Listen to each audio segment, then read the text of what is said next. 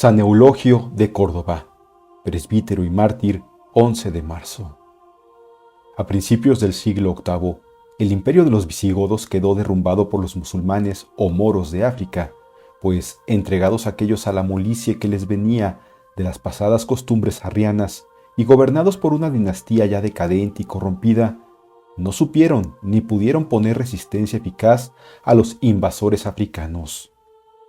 Unos pocos se refugiaron en las montañas de Asturias y de los Pirineos. Otros se quedaron con los pueblos victoriosos, practicando su religión más o menos abiertamente, pues hasta mediados del siglo IX les toleraron el ejercicio público de la religión en las iglesias y monasterios, mediante un tributo determinado. En 822, Abderramán II empezó a perseguir a los cristianos. Inducido por un miserable renegado por nombre Bodo, quiso obligar a todos los de España, bajo pena de muerte, a tornarse judíos o musulmanes. En 847 envió Abderramán embajadores para pedir la paz al rey de Francia, Carlos el Calvo, al propio tiempo que los cristianos de España solicitaban su protección. Mas ello no impidió la persecución que llegó a ser general en 850. Entonces padecieron por la fe un sacerdote llamado Perfecto, de Córdoba, el monje Isaac, del monasterio de Tábanos, cerca de Córdoba, otro monje llamado también Isaac, multitud de cristianos y, con particularidad, dos vírgenes llamadas Flora y María, de las que hablaremos en el transcurso de esta vida.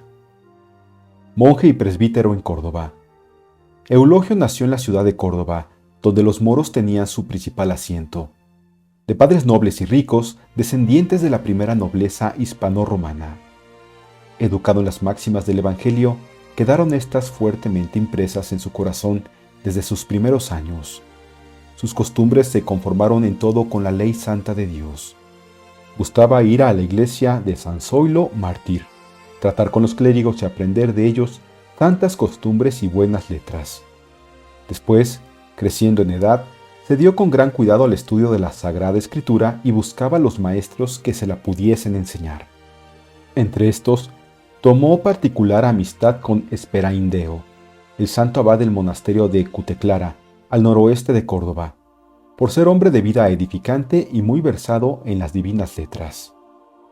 Con la ayuda de este abad y con su gran ingenio y diligencia, vino Eulogio a ser eminente y famoso varón en las ciencias. Allí encontró entre sus condiscípulos a un eclesiástico llamado Álvaro, con quien trabó estrecha y sincera amistad, y que fue su biógrafo. Volvió Eulogio a Córdoba, donde enseñó durante algún tiempo las letras, dando a cuantos le conocían brillante ejemplo de todas las virtudes y llenándolos de admiración por la extensión de sus conocimientos. Fue luego ordenado de diácono y poco después de sacerdote, y alcanzó grado y nombre de maestro, por lo que recibió el encargo de enseñar las santas verdades a los fieles de la iglesia de Córdoba. Desde entonces, quiso llevar vida de sacrificio y mortificación. Maceraba su cuerpo con frecuentes ayunos y penitencias, sin dejar de aplicarse continuamente al estudio, sobre todo de la Sagrada Escritura. Dábase mucho a la oración, era caritativo con los prójimos, visitaba los hospitales y los monasterios de los monjes, de los que tomaba lo mejor que hallaba en las reglas y constituciones. A su regreso a Córdoba, vivía entre el clero como religioso, trazando reglas para cuantos servían a Dios en comunidades y conventos. Terminada la visita de los monasterios que había en las inmediaciones de Córdoba, aprovechó la ocasión de un viaje que por necesidad tuvo que hacer a Francia en 844, para visitar los conventos que había en las cercanías de Pamplona, de donde llevó algunas obras literarias hasta entonces poco conocidas en Córdoba, entre otras la Eneida de Virgilio, la Ciudad de Dios de San Agustín y varios himnos cristianos. Persecución musulmana. En 850, el año 28º del reinado del emir Abderramán II, levantóse en Córdoba una recia persecución contra los clérigos, debido a que el metropolitano de Sevilla, Recafredo, ya fuera por temor del rey moro, por lisonjearle o por otros vanos respetos indignos de su persona y dignidad, dejó meterse el lobo en el redil. Por fea denuncia suya, fue encarcelado el obispo de Córdoba con otros varios sacerdotes de la capital, entre ellos Eulogio, acusado de dar ánimos y fortaleza a los mártires con sus pláticas e instrucciones. Mas no por eso dejó de ejercer su misión el santo, y en el mismo calabozo se ocupaba de continua en la oración y lectura de la Sagrada Escritura con sus compañeros de cautiverio, a quienes alentaba a guardar constante fidelidad a Dios. Entonces escribió un bello y emocionante tratado, al cual puso el título de Documento Martirial, que es una exhortación al martirio dedicada a las vírgenes Flora y María. Os ha amenazado el juez con sacaros al mercado y venderos como esclavas, les decía el santo, mas habéis de saber que no pueden mancillar la pureza de vuestra alma, cualquiera que sea la infamia que os hagan sufrir contra vuestra voluntad. En cuanto a nosotros, añade, aunque indignos, también participamos de la gracia celestial del sufrimiento. Las cárceles están llenas de clérigos.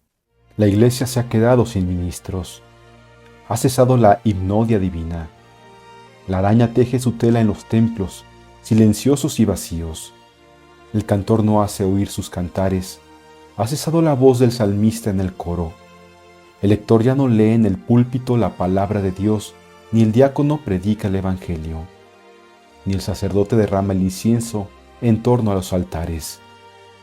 Para hacernos ceder, hay cristianos cobardes que nos hacen ver esta soledad de las iglesias, atribuyéndolo a nuestra obstinación, añadiendo que, si queremos doblegarnos por algún tiempo, recobraremos el libre ejercicio de nuestra santa religión.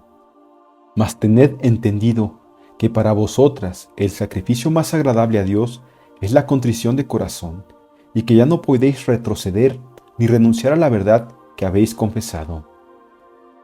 Alentadas y fortalecidas de este modo, estas dos vírgenes fuertes y prudentes se presentaron sin temor ante el juez y se dejaron inmolar por Jesucristo el 24 de noviembre de 851. Cuando Eulogio y sus discípulos recibieron la noticia de su muerte, dieron gracias a Dios en su prisión y celebraron en honra de las mártires las vísperas, los maitines y la misa, encomendándose en sus oraciones. Antes de salir para el cadalso, las dos jóvenes habían prometido que en cuanto llegaran a presencia de Cristo, le pedirían la libertad de los sacerdotes. A los 5 días, el metropolitano soltó a los presos. San Eulogio escribió entonces el mismo relato de este glorioso martirio, para animar a los demás cristianos a recibir también la misma corona, si Dios los llamaba a idéntico combate. Empleó su libertad para instruir y fortalecer a sus hermanos en la fe, ya con sus palabras, ya con sus escritos, y gracias a sus exhortaciones hubo muchos que, antes que hacerse mahometanos, padecieron terribles tormentos con tanta constancia que hasta los mismos infieles estaban conmovidos. Asombrados los musulmanes al ver que tantos cristianos acudían espontáneamente al martirio, temieron que sobreviniera una revolución.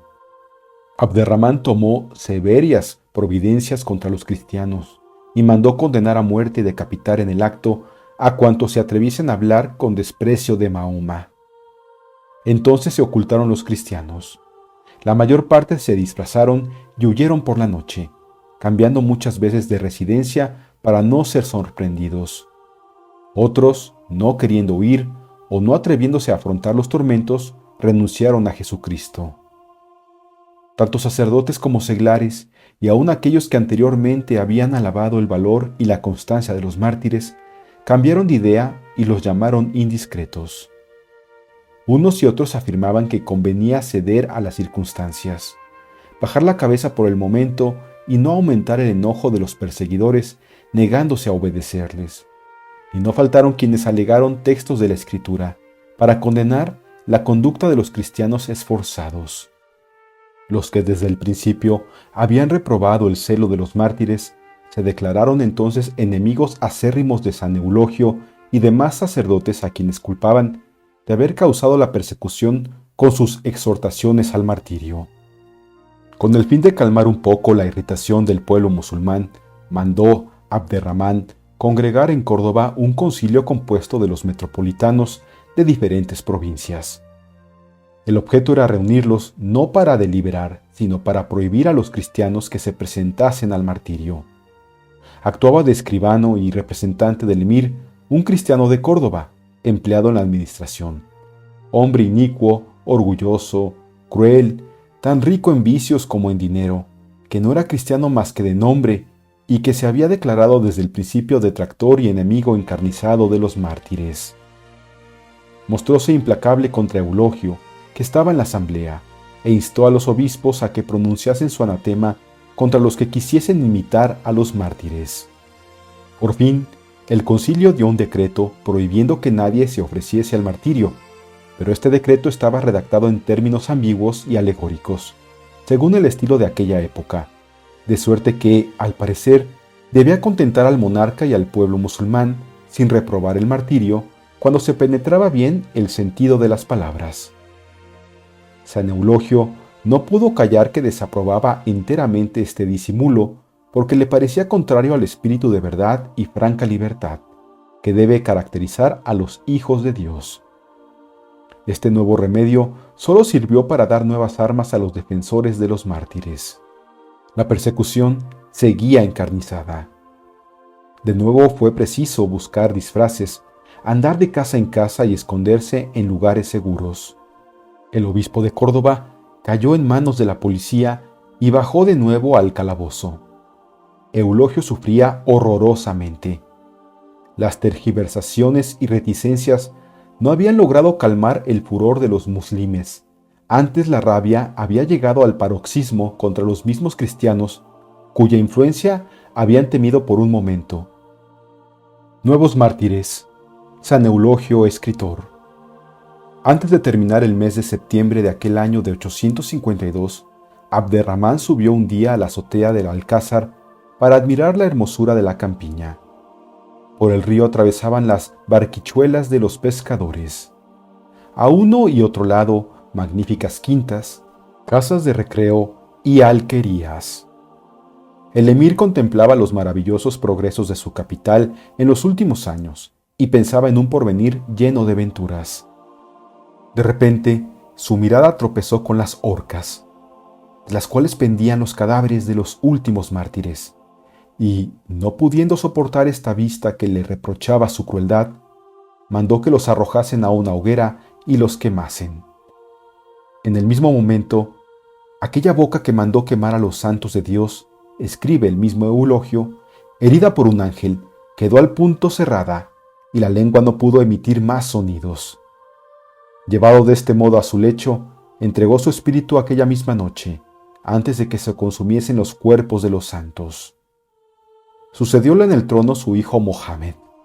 El nuevo emir era tan enemigo de los cristianos como su padre, y desde el principio de su reinado despidió de palacio a todos los que profesaban la religión cristiana y aún ocupaban cargos, y mandó castigar con rigor a los que hablasen mal del profeta. Prefiriendo ser algunos perjuros a su Dios antes que renunciar a sus cargos y beneficios, apostataron y fueron colmados de honores. La corte esperaba pervertir a otros muchos, pero en este nuevo peligro el celo de Eulogio hizo prodigios. Impidió que una infinidad de cristianos débiles o muy apegados a los bienes terrenales renunciasen a Jesucristo, y se vio una nueva y magnífica eflorescencia de víctimas inmoladas por la fe. Flores perfumadas que llenaron de aroma el jardín de la iglesia, y fueron más tarde para España un manantial de grandes bendiciones. En aquel tiempo padecieron con valor un monje llamado Fandila, Anastasio y Félix, ambos sacerdotes y monjes, las santas Digna y Columba del monasterio de Tábanos, otra religiosa, Santa Pomposa, y otros muchos de todas las condiciones, eclesiásticos, religiosos y casados. Estos martirios llenaron de alegría a los partidarios de Eulogio, el cual tuvo buen cuidado de recoger las actas de todos estos mártires, cuya historia nos ha dejado en 3 libros con el título de Memorial de los Mártires. A las objeciones de los que no querían reconocer a estos como verdaderos mártires, respondió San Eulogio en su Apologético, demostrando que los milagros no eran señales infalibles de santidad y que no eran necesarios entonces como lo habían sido en los primeros siglos de la Iglesia. Que los tormentos de diferentes géneros no eran indispensables a los mártires, que no era cosa de considerar la duración ni la forma del combate, sino la perseverancia y la victoria. Que los muslimes perseguían a los cristianos por odio a la religión y a Jesucristo, cuya divinidad negaban. En cuanto a la última objeción que les acusaba de haberse presentado ellos mismos al martirio, la rebatía con el ejemplo de otros muchos que en tiempos anteriores se habían presentado también espontáneamente, y a quienes honra la Iglesia como a santos y verdaderos mártires. Al defender San Eulogio a los mártires contra todas las acusaciones que imputaban a un celo que juzgaban inoportuno, se justificaba a sí mismo. Muy pronto iba a aumentar él mismo el número de estos gloriosos atletas que había sostenido y defendido. Últimos combates, la victoria y la corona. Habiendo muerto el anciano Huistremiro, arzobispo de Toledo, el clero y el pueblo de esta ciudad convocaron a todos los obispos de la provincia y sus limítrofes para tratar de su sucesor, y todos, de común acuerdo, pusieron los ojos en el santo presbítero Eulogio, a quien ya consideraban como la joya más preciosa de la Iglesia española, tanto por su ciencia y virtudes, como por el valeroso testimonio que había dado de la fe de Jesucristo durante su prisión y la persecución. Empero, Dios quiso concederle la corona de la gloria aún antes de que fuese consagrado.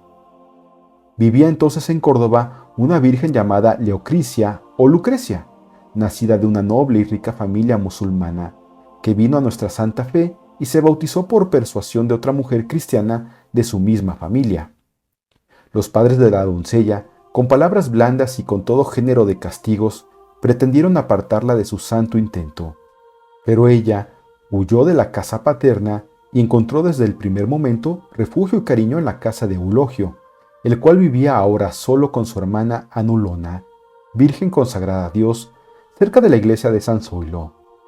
Leocrisia vio en Eulogio un padre y en Anulona una hermana. Mientras tanto, sus padres removían cielo y tierra para hallar a la que los tenía desesperados con su desaparición, y fueron a quejarse al gobernador de la ciudad, el cual mandó apresar y castigar a muchos cristianos, y también a religiosas y sacerdotes. San Eulogio, sin perder la serenidad, velaba continuamente por Lucrecia, y buscaba un día tras otro, en las casas de sus amigos, algún rincón donde ocultarla. De cuando en cuando iba él a verla, a instruirla y a infundirle valor. El santo presbítero pasaba las noches rezando en la iglesia de San Zoilo, con la frente pegada en tierra, mientras ella, por su parte, velaba, ayunaba y maceraba su cuerpo. Una noche, habiendo ido Leocrisia a ver al santo para recibir ánimos e instrucciones, fue denunciada por personas que la conocieron. El gobernador mandó al momento rodear la casa por soldados que apresaron a Eulogio y a Lucrecia y los llevaron a la cárcel.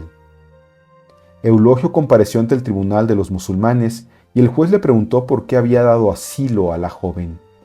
El santo le contestó que los sacerdotes no podían negar la instrucción a los que se la pedían, y le dio razones para explicarle por qué le hacía preferir a Dios antes que a sus padres, siguiendo en esto la opinión de los mismos que perseguían a los cristianos. Al mismo tiempo, se ofreció a enseñarle el verdadero camino del cielo como a Lucrecia, y comenzó a impugnar con denuedo las imposturas y errores del falso profeta Mahoma, a demostrar la divinidad de Jesucristo y a probar que la religión del Salvador era el único camino de salvación. Furioso el juez al ver tanta audacia, mandó que le azotaran hasta que expirase. Si quieres entregar mi alma a aquel que me la dio, mejor será que afiles la espada, replicó Eulogio. Mira, soy cristiano y lo he sido siempre. Confieso que Cristo, Hijo de María, es verdadero Hijo de Dios y vuestro profeta, un impostor, un adúltero, un endemoniado, que os lleva por el camino de la perdición y os aparta de los santos senderos de la vida. El juez mandó entonces que le llevasen al palacio del emir, donde se improvisó un tribunal formado por los más altos personajes del gobierno. Uno de los consejeros, que le conocía particularmente, Llenóse de compasión al verle, le llevó aparte y le dijo: «Comprendo que los idiotas y los tontos vayan a entregar inútilmente su cabeza al verdugo, pero tú, que eres respetado y admirado por todos por tu virtud y tu sabiduría, ¿es posible que te decidas a seguir su ejemplo? Créeme, cede un solo momento a la necesidad irremediable, pronuncia una sola palabra y después sigue la religión que más te convenga. Nosotros te prometemos dejarte en paz». «Oh, si supieses lo que nos espera a los adoradores de Cristo», respondió Eulogio sonriéndose. «A buen seguro que no me hablarías así y renunciarías a tu dignidad temporal».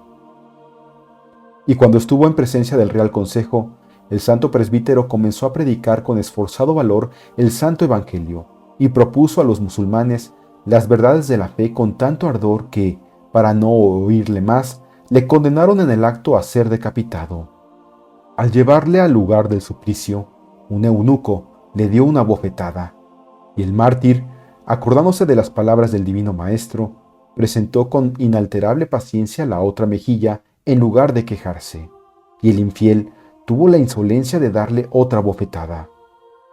Cuando el santo, rebosando de gozo por sufrir en unión de nuestro Señor Jesucristo, llegó al cadalso, se arrodilló, levantó las manos al cielo, pronunció en voz baja una breve oración, e hizo la señal de la cruz en todo su cuerpo para hacerle invencible con este divino escudo de salvación y unir sus padecimientos y martirios a la pasión y muerte de Jesús en la cruz.